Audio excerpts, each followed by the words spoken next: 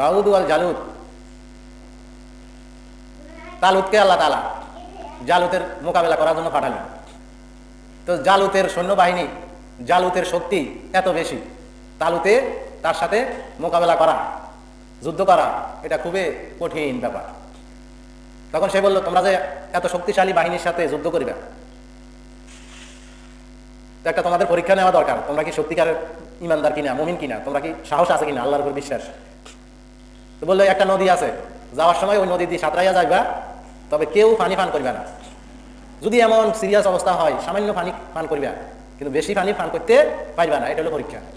তো তাদের মধ্যে অল্প কয়েকজন তার এই কথা মেনে নিছে, আল্লাহর উপরই মানানছে, রসুলের উপরই মানানছে, আর সবাই ফ্যাট ভরি একেবারে পানি পান করছে।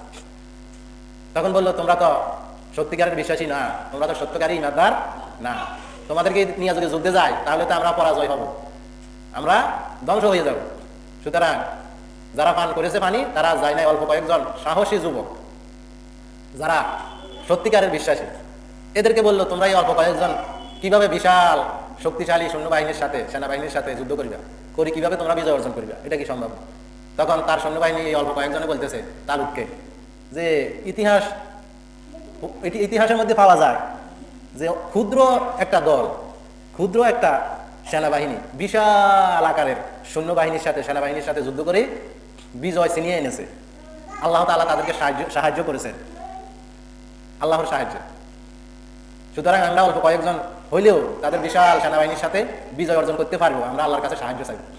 তখন তারা আল্লাহর কাছে সাহায্য চাইলেন যে, আল্লাহ আপনি আমাদেরকে সাহায্য করেন, এই বিশাল জালুতের সৈন্যবাহিনীর সাথে তো আমরা যুদ্ধে টিকতে পারবো না, বিজয় অর্জন করতে পারবো না, আপনি যদি সাহায্য করেন।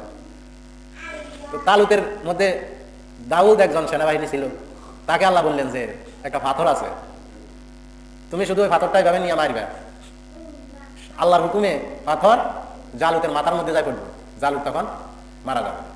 বিশাল বড়ি, বিশাল শক্তিশালী গাবু, যাদের সামনে কোনো শক্তি টিকে না। আল্লাহ বলতেছে, তুমি শুধু পাথরটা হাতে নিয়ে মারবে, আমার ইচ্ছায় পাথরটা গিয়ে তার মাথার মধ্যে পড়বো, সে মারা যাবে। এভাবে এই বিশাল সেনাবাহিনীকে হারিয়ে দিলেন মুসলমানদের অল্প কয়েকজন ইমানদার সেনাবাহিনী। বলেন সুবহানাল্লাহ। এটা আছে সূরা বাকারার মধ্যে। কোথায়? সূরা বাকারার মধ্যে। এভাবে আল্লাহ তাআলা পৃথিবীর সৃষ্টির সূচনা লগ্ন থেকে শুরু করে সত্যিকারের ইমানদার, সত্যিকারের বিশ্বাসী কিনা, তাদেরকে আল্লাহ তাআলা বাছাই করে নিছেন জান্নাতের জন্য, এবং তাদেরকে দুনিয়াতেও